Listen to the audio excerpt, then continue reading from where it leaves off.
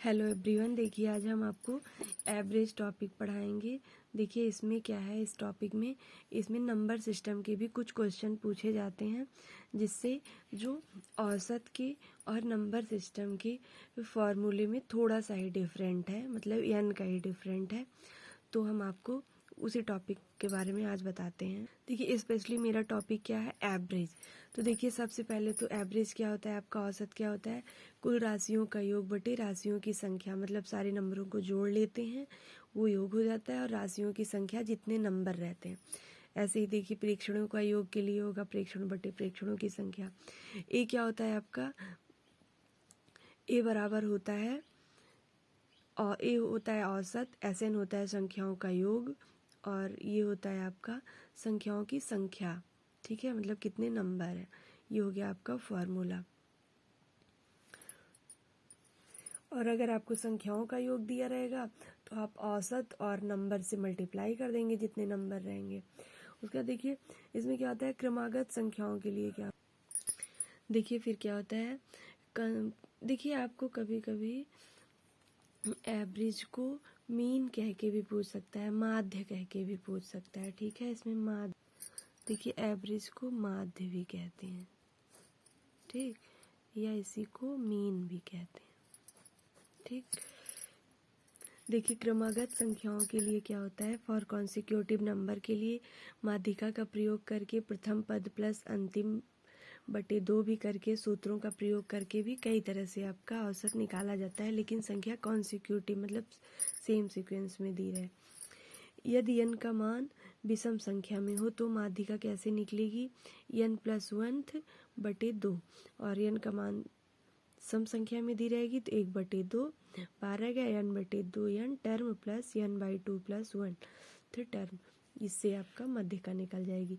विषम संख्या के लिए ये है n+1/2, और सम संख्या के लिए ये है 1/2 फिर n/2 term plus n/2 + 1 term. ठीक है, उसके बाद देखिए सूत्रों का प्रयोग करके कैसे करेंगे, जैसे प्राकृतिक संख्याओं के लिए पूछता है तब, जैसे ये लगा रहना चाहिए प्रथम यन प्रथम यन प्रथम यन जरूर लगा होना चाहिए। जैसे प्रथम यन प्राकृतिक संख्याओं का औसत, देखिए एक तो ये जो फॉर्मूला औसत वाला आता है, ये आता है जो नंबर सिस्टम होता है आपका, संख्या पद्धति होता है, उसमें निकालने के लिए जैसे आता है प्रथम यन प्राकृतिक संख्याओं का योग, योग के लिए ये फॉर्मूला होता है, फिर इसी से औसत का फॉर्मूला निकाला जाता है। तो जब योग पूछेगा यन प्रथम यन प्राकृतिक संख्याओं का योग बराबर, तब ये फॉर्मूला लगाएंगे एस एन बराबर n × n+1/2, और जब औसत पूछेगा तो n+1/2, देखिए एक n हटा देंगे। फिर ऐसे ही देखिए प्रथम यन प्राकृतिक संख्याओं के वर्गों का औसत पूछेगा तो ये फॉर्मूला लगाएंगे, योग पूछेगा तो ये फॉर्मूला लगाएंगे। दोनों में अंतर क्या है, बाहर वाला यन खत्म है। ठीक, ऐसे ही देखिए प्रथम यन प्राकृतिक संख्याओं के घनों का औसत पूछेगा तो एस एन बराबर n × n+1² बटे 2, लेकिन इसमें क्या थोड़ा सा अंतर हो गया, इसमें /4 हो गया है, क्योंकि इसको जो खोलने पे यहाँ स्क्वायर आ जाता है। ठीक है, ये हो गया। फिर देखिए जब पूछता है क्रमागत संख्याओं के लिए कॉन्सिक्यूटिव में रहता है, और जब एस एन ये पूछता है क्रमागत संख्याओं का सम क्रमागत संख्याओं का योग पूछेगा तो n × n+1 होगा, और जब औसत पूछेगा तो n+1 होगा। इसमें भी देखिए ये बाहर वाला n इसमें खत्म हो गया। देखिए इसमें क्या पूछा है, इसमें पूछा है n सम संख्याओं के वर्गों का औसत। अगर पूछेगा n सम संख्याओं के वर्गों का औसत, वर्गों का योग, ये फॉर्मूला लगाएंगे, और जब औसत पूछेगा तो ये फॉर्मूला लगाएंगे। देखिए पहले और दूसरे में क्या अंतर है, इसमें वर्ग नहीं पूछा है, इसमें वर्ग पूछा है। तो आपका क्या हुआ, इसमें n × n+1 है, और इसमें 2n n+1 2n+1 बटे 3। देखिए प्रथम n संख्याओं के वर्गों का औसत क्या हो गया, और n इसमें नहीं है, n इसमें है। ठीक, n+1 2n+1 बटे 3।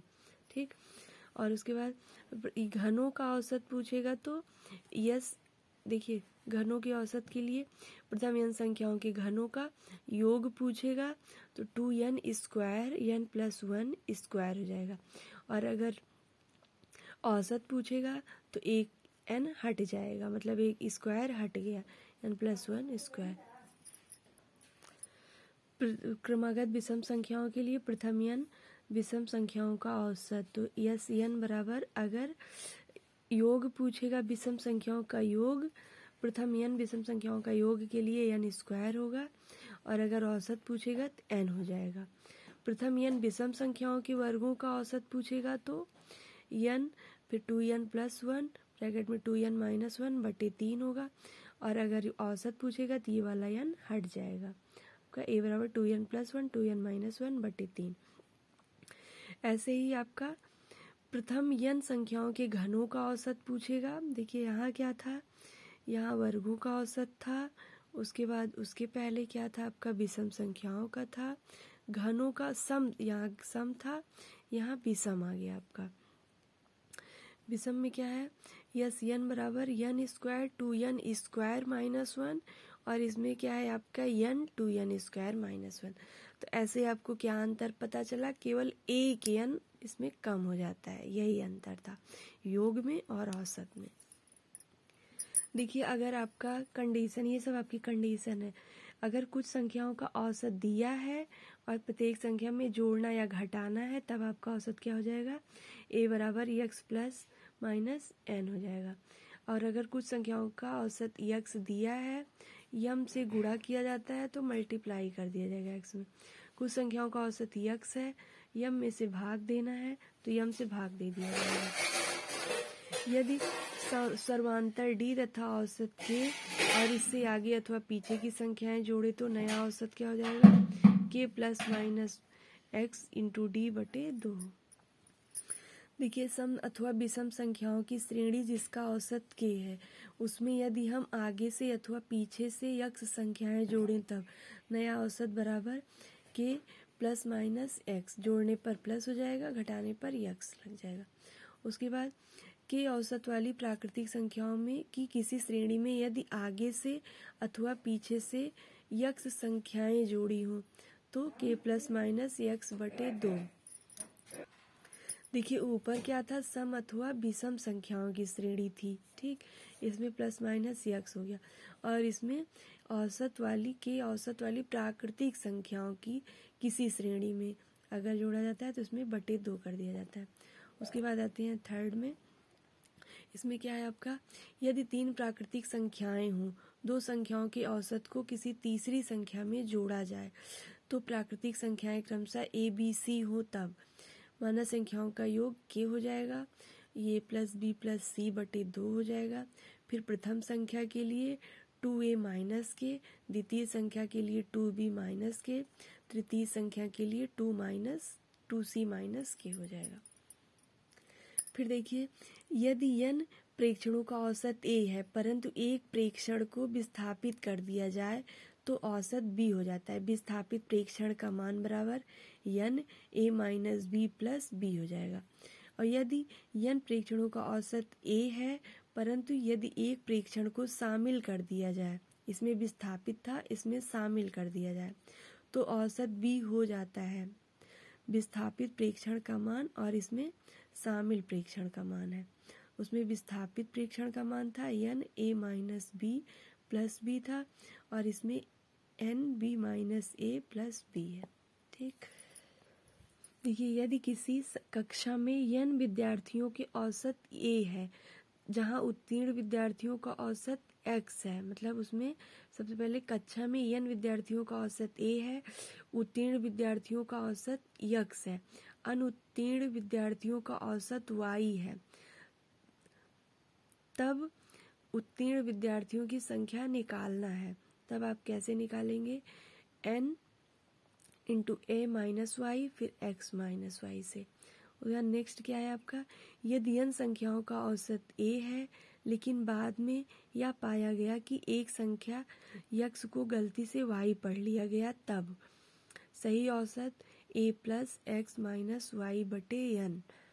उसके बाद यदि n संख्याओं का औसत a है, लेकिन बाद में यह पाया गया कि दो संख्याएं x और y को गलती से p और q पढ़ लिया गया, तब तो क्या होगा आपका सही औसत a plus X plus Y minus p minus q बटे n।